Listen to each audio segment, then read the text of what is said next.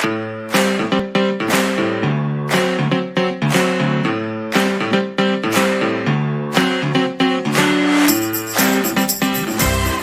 teman pemilih, Isya Wartaka, semoga buennya. Selamat datang kembali di podcast KPU Kabupaten Pasir. Di sini kita bakal bahas pemilu dan demokrasi dengan santai dan tetap relate dengan kehidupan sehari-hari, terutama anak muda. Di sini kita bakal bahas pemilu dari sudut pandang yang beda, yaitu akademisi. Kalau sebelumnya kita sudah pernah bahas pemilu bersama dengan akademisi dari kampus UMKT, sekarang kita bakal bahas pemilu bersama dengan akademisi dari kampus Widya Praja. Dan sudah hadir di tengah-tengah kita akademisi dari kampus Widya Praja, Bapak Ibnu Hayat, yang akan membagi insight tentang peran anak muda, pentingnya pendidikan politik, dan bagaimana kita bisa menjadi pemilih cerdas di era digital ini. Buat kamu yang masih mikir, satu suara nggak ngaruh, episode ini wajib banget kamu tonton. Ya, kita mulai obrolannya. Halo Pak Ibnu Hayat, selamat datang Pak. Ya, selamat datang juga Pak. Mungkin pertama-tama bisa dijelaskan mungkin Pak ya, sebagai seorang dosen di kampus Widya Praja, gimana sih melihat peran pemilu di kehidupan kita sehari-hari Pak? Oke, jadi pemilu itu penting Mbak, karena suka tidak suka semua kebijakan itu kan akan dilahirkan dari hasil pemilu. Iya. Semua yang hasil pemilu itu adalah yang akan mengambil kebijakan. Karena itu buat kami pemilu itu sangat penting sekali. Benar Pak ya. Apalagi latar belakang Bapak sebagai, kalau nggak salah tadi kita ngobrol-ngobrol, Bapak sebagai dosen pemasaran Pak ya. Jadi akan mungkin mempengaruhi pasar, pasar, ekonomi dan sebagainya, kan semua kebijakan. Betul. Nah, kalau dilihat sekarang Pak, kan banyak tuh anak muda yang masih soal pemilu. Menurut Bapak ya, dari kacamata akademisi, ini terjadi karena apa Pak? Kalau menurut saya ya, ini lebih kepada skeptis. Skeptis atas mungkin merasa ada ketidakcocokan dengan sistem, merasa protes dengan sistem dan lain sebagainya, jadi merasa tidak ada kepercayaan terhadap sistem, akhirnya lebih memilih antipati sehingga tidak mau mengambil, jadi lebih memilih untuk tidak memilih kan. Iya, karena merasa kalau memilih pun nggak ngaruh apa-apa Pak ya. Berpikirnya seperti itu. Itu dia masalahnya. Jadi sangat ini Pak ya, ternyata skeptis karena sistemnya justru Pak ya yang salah satunya. Jadi kalau dilihat dari perspektif kampus nih Pak, tingkat partisipasi masyarakat, terutama masyarakat kampus Pak, Bapak melihatnya seperti apa Pak di kampus Widya Praja? Alhamdulillah untuk mahasiswa di WP cukup tinggi, terlibat aktif. Banyak juga yang jadi panitia pemungutan suara di PPS. Kemudian ada juga anggota tim sukses. Akhirnya ya secara pendidikan mereka sangat aware dengan pemilu ini. Bahkan bukan cuma jadi peserta Pak ya, dia terlibat aktif juga di penyelenggaraan Pak ya, seperti KPPS dan PPS Pak ya, anak-anak kampus. Oke. Nah, menurut Bapak nih, apa sih yang bikin anak muda tertarik ikut berpartisipasi Pak dalam pemilu? Pasti relate sama programnya Mbak. Karena gini, kan pemilu ini adalah sebuah mimpi yang kita titipkan kepada pemimpin kita di masa depan. Pemimpin yang saat ini memimpin. Nah, makanya ketika mereka akan berpartisipasi, pasti merasa relate dengan, punya harapan kan, harapan kepada pemimpinnya. Itu sih kalau menurut saya Mbak. Benar-benar. Juga termasuk diantaranya, kalau mahasiswa mungkin nyarinya beasiswa gitu Pak ya. Pasti bakal sangat relate sama kehidupannya di kampus. Di era media sosial sekarang Pak, informasi soal pemilu itu kan banyak banget. Gimana cara anak muda biar nggak mudah termakan hoax? Kalau secara zaman, Mbak, kita ini udah kepenuhan, sudah overload lah sama Iya. informasi. Dan susahnya AI menjadikan informasi yang bohong tampak benar. Kita Betul. ingat kasus Ibu Sri Mulyani, bagaimana masa lampau ternyata itu setelah ditelusuri adalah sebuah hoax kan.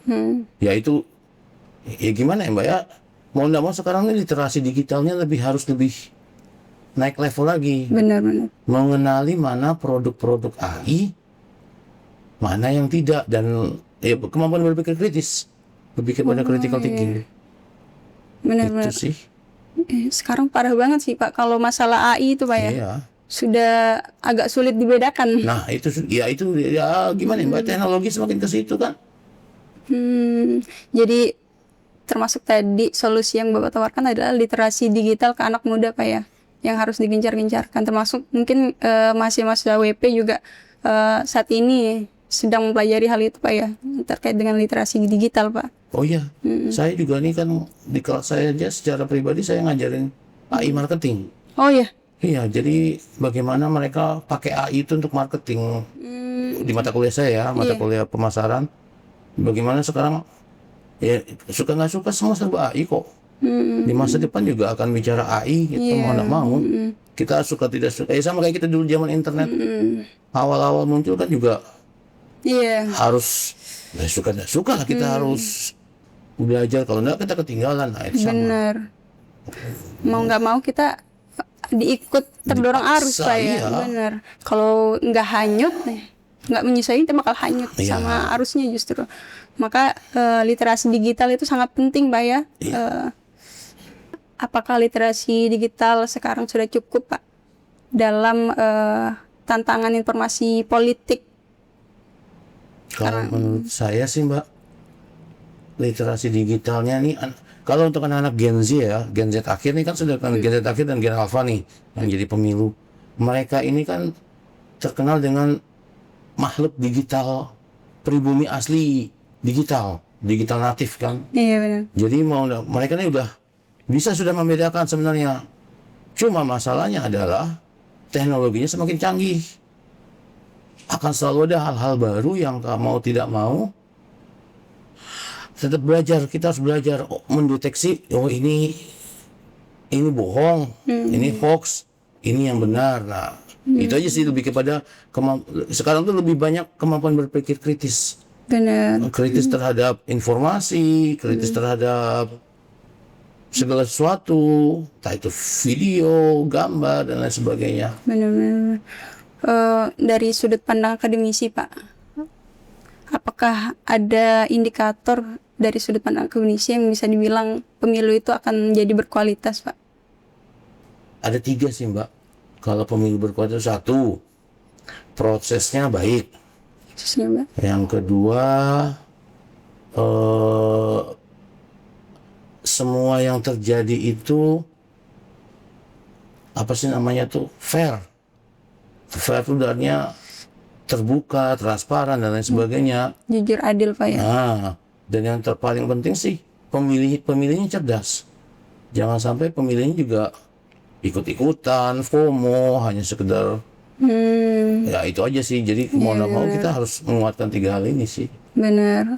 Oke Pak, Bapak ini kan dosen pemasaran Pak ya di Widya Praja. Mungkin ini akan relate.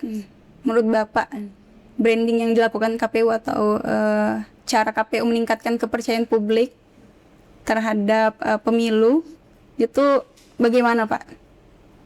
Yang seperti kita lakukan ini sebenarnya adalah sebuah proses Mbak. Sosialisasi ini kan banyak cara kan, ya sama kayak orang iklan lah. Ada yang lewat brosur, ada yang lewat TV, ada yang lewat disisipkan di macam-macam kan, di TikTok, di Facebook, dan lain sebagainya, iklan itu. Ya yang dilakukan ini harus terus, tidak boleh berhenti, karena namanya proses iklan itu kan ada edukasi, ada promosi, ada macam-macam kan, tergantung tujuannya kan. Kayak kita gini kan mungkin konteks edukasi, nanti ada lagi mungkin konteks yang sosialisasi atau sekedar ajakan. Itu aja itu sih Mbak. Dalam konteks mungkin edukasi Pak ya, atau sosialisasi, ada nggak sih Pak masukan untuk KPU itu Pak terkait dengan itu Pak, gimana masyarakat ini tersosialisasikan bahwasanya KPU menjalankan tugasnya dengan benar Pak dalam penyelenggaraan pemilu. Dari Bapak sendiri kayak gimana Pak? Kalau nah ini nih Mbak, di buku barunya itu Philip Kotler itu bilang begini, hari ini orang itu sangat sangat apa sih kalau saya nyebutnya, mudah pendek, punya perhatian yang pendek. Oh iya benar. Karena video TikTok kan kita lebih mungkin tanpa kita sadari 20 video TikTok yang cuman 10 detik lebih kuat daripada 20 menit video panjang di YouTube. Benar. Nah, mau nggak mau berarti kita harus ngikutin tren bahwa tren hari ini suka tidak suka video-video pendek. Oh iya Pak ya, lebih relate ke masyarakat atau ini Pak ya, Gen Z Pak ya?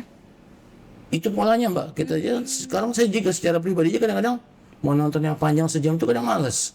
Seringkali kan lebih suka yang TikTok, scroll pendek-pendek, potongan ini. Iya. Kecuali ada sesuatu yang menarik banget, Benar. baru kita ke video panjangnya. Iya Pak ya, semacam clickbaitnya mungkin Ya, Pak ya, clickbaitnya. Entah clickbait atau sedang informasi pendek.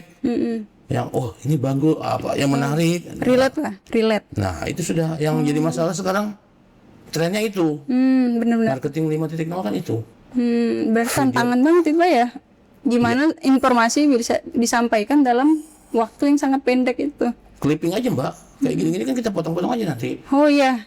Di clipping. Sekarang Ya, lagi kan rame suka. Ya, clipper kan. Di clipper. Nah, ya udah. Oh iya. Dari yang video panjang di clipper jadi berapa bagian, Benar-benar. baru di-upload berjangka waktu. Nah, itu aja sih. Kalau sekarang sih. Ini insight yang bagus ya dari Bapak ya. Berarti kita harus memperpendek mungkin informasi-informasi itu biar lebih menarik dan mudah mungkin ya diserap masyarakat Pak ya. Ya. Yang mungkin sudah terlalu mudah terdistraksi kayak Pak ya. Nah, itu juga tambah lagi scroll juga gampang kan. Kebiasaan FYP. Nah, itu udah memastikan video kita bisa FYP aja kan tuh sudah. Algoritma sudah suka-sukanya TikTok yang bikin aturan. Nah, itu dia masalahnya. Benar-benar. Mungkin saya pengen lihat terkait dengan tantangan besar Pak demokrasi di daerah, khususnya di Kabupaten Pasar ini Pak. Menurut Bapak kayak gimana Pak tantangannya? Tentang apa demokrasi? Tantangan demokrasi mungkin anak mudanya, apa sih mungkin secara keseluruhan apa yang jadi tantangan terbesar untuk anak muda itu sekarang di Kabupaten Pasir ini terkait dengan demokrasinya? Kalau saya sih Mbak, untuk demokrasi ya, demokrasi itu kan bukan sistem terbaik, bukan sistem yang tidak ada celah, tapi satu-satunya sistem yang lebih baik daripada sistem yang lain. Benar. Artinya suka tidak suka, tinggal kita mengedukasi, meningkatkan kualitas orang yang hidup di dalamnya. Ketika demokrasinya pemilihnya cerdas, nah itu kan otomatis akan meningkatkan kualitas demokrasi itu sendiri. Benar. Ya itu aja sih kalau menurut saya. Artinya kalau bicara tentang demokrasi sendiri, demokrasi itu satu-satunya pilihan yang bisa menjadikan bukan siapa-siapa berhak boleh masuk ke sebuah sistem pemerintahan. Benar. Ya kayak Pak Jokowi kan, mungkin kita tahu beliau pengusaha kayu, bukan siapa-siapa, bisa jadi wali kota, bahkan bisa tembus jadi presiden. Itu kan sudah sesuatu yang luar biasa. Kalau kita lihat track record presiden yang lain, mempunyai keluarga jenderal lah, keluarga ring-ring.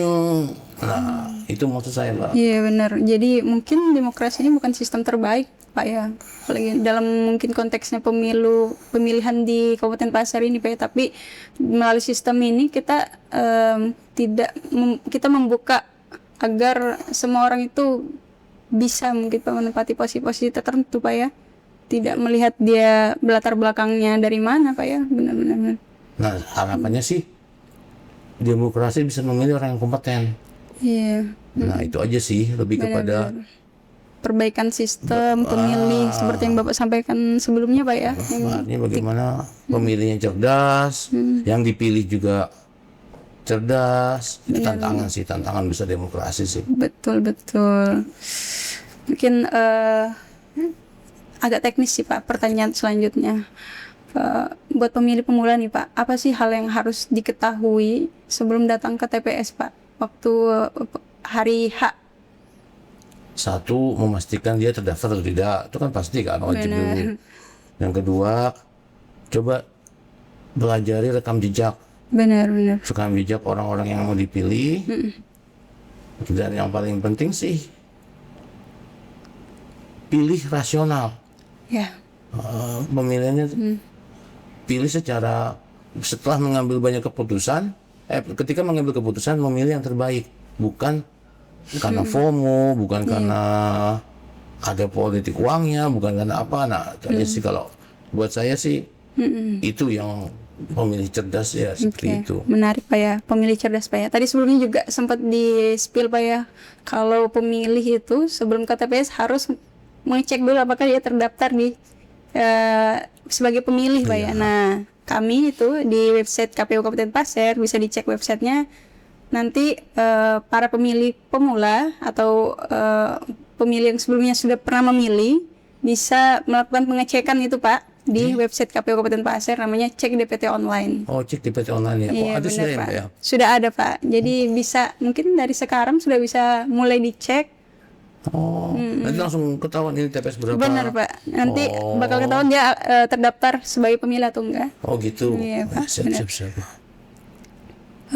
Selanjutnya Pak, mungkin ada pesan dari Bapak untuk mahasiswa atau anak-anak muda Pasir nih Pak, untuk lebih peduli terhadap pemilu dan demokrasi. Ya, kalau kita bicara hari ini ya, saat mungkin ini akan ditayangkan kan, sedih sih sebenarnya ketika ya ini kasus terbaru Nadiem Makarim yang dituntut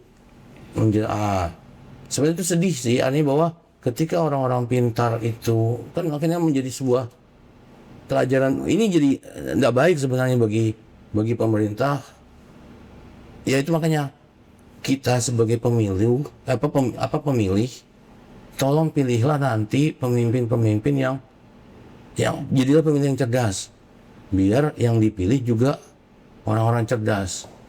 Karena jangan sampai ya ini kan sekarang yang akhir-akhir sekarang terjadi kan, ada kekecewaan bagaimana kok ya seperti itulah.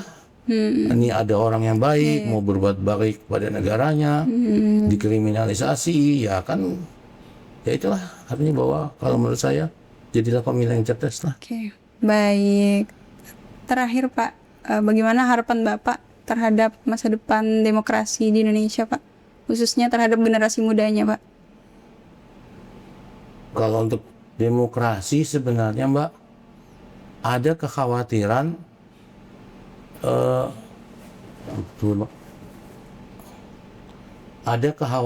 saya sebenarnya gini. Saat ini yang saya lihat ya, semua mengacu ke gaya Cina yang otoriter, semua diatur dengan ketat oleh pemerintahannya. Ada perdebatan demokrasi itu seakan-akan sekarang sedang terancam. Kenapa? Karena kita melihat demokrasi dianggap gagal, dan itu perdebatan akademisi. Demokrasi gagal, yang mimpinya memakmurkan bersama, mau mensejahterakan bersama, menjaga pemerataan dan lain sebagainya. Faktanya demokrasi itu membuka jurang lebih luas. Sementara kalau kita lihat dari semua negara, Cina yang berhasil menurunkan angka kemiskinan. Nah, itu masalah. Ada perdebatan, ini saya khawatir masa depan demokrasi ditambah lagi dengan gaya-gaya terakhir hari ini agak khawatir demokrasi sedang terancam. Cuma buat saya secara pribadi, minimal dijaga pemilunya lah. Iya benar. Ketika pemilu sudah di tangan rakyat, pemilunya pemilu massal seperti ini, saya percaya demokrasi akan tetap ada gitu loh. Orang-orang yang tidak terduga akan muncul gitu loh. Itu aja sih, kalau saya sih percayanya itu. Sepanjang pemilunya tidak dikembalikan ke era Orde Baru, saya yakin demokrasi terjaga. Tapi kalau sudah pemilunya hilang, suara rakyat itu sudah tidak benar-benar di keterwakilan DPRD yang sekarang mau dipakai, sempat diwacanakan, wah khawatir saya. Khawatir kembali ke masa lampau sih. Oh iya, baik, nggak kerasa Pak ya, kita sudah di penghujung episode kita ya. Dari diskusi tadi kita belajar bahwasanya pemilu itu bukan sekedar datang ke TPS, tapi juga kesadaran, pengetahuan dan tanggung jawab warga negara ya, terutama generasi muda. Nah, terima kasih banyak Bapak Pak Ibnu sudah mau hadir di tengah-tengah kita hari ini ya. Buat teman pemilih, jangan lupa buat teman pemilih, jangan cuma jadi penonton, jadi bagian dari perubahan. Gunakan hak pilih kalian. Terima kasih sudah mendengarkan podcast KPU Kabupaten Pasir. Sampai jumpa di episode-episode selanjutnya. Walau manin asobuen solondo, hari esok harus lebih baik daripada hari ini. Bye-bye.